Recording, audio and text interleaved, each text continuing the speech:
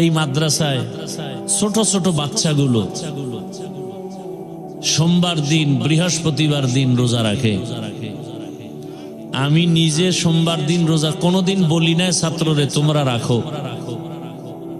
আমি একদিন ক্যামেরায় দেখতেছি বাসায় বয়ে সাহারি খেয়া, মাদ্রাসার দিকে খেয়াল করলাম, দেখি দোতলায় হেফজখানা নুরানি ছোট ছোট বাচ্চা, মাথায় টুপি নেই, গেঞ্জি গায়ে, তো ডয়ার খুলে আর কি যেন খায়। তো ভাবলাম কি চুরি টুরি করে কিনা। আবার হঠাৎ করে আমার অন্তরে বাড়ি লাগছে, না আমি তো আজকে সাহারি খেলাম, এই বাচ্চাগুলো কি সাহারি খায়? তো ডিব্বা থেকে বের করে টোস্ট আর মুড়ি।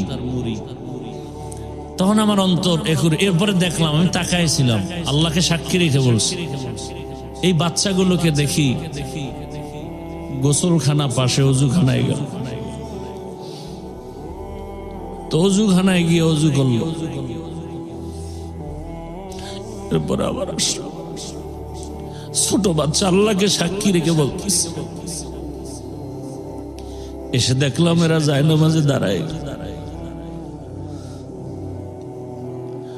বাচ্চাগুলো নামাজ পড়লো, তাহাজ্জুদ। এরপরে দেখি এক একজন এক এক কর্নারে কোরআন শরীফ নিয়ে বসে। ভেতরে অনেক বাচ্চারা ঘুমায় রুমের মধ্যে, ওরা রুমের বাইরে করিডোরে মোনাজাত ধরলো, তাও দেখলাম। আমি যদি ক্যামেরা টানি সেই দিনের সব পাওয়া যাবে।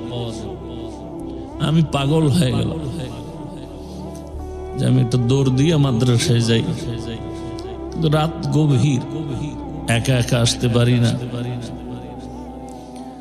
ঘুম থেকে উঠে ফজরের পরে মাদ্রাসায় এসে হুজুরদের বললাম, দোতলায় বাচ্চাগুলোদেরকে ডাক দেন, ওরা রাত্রে আসলে কি রোজা রাখে নাকি।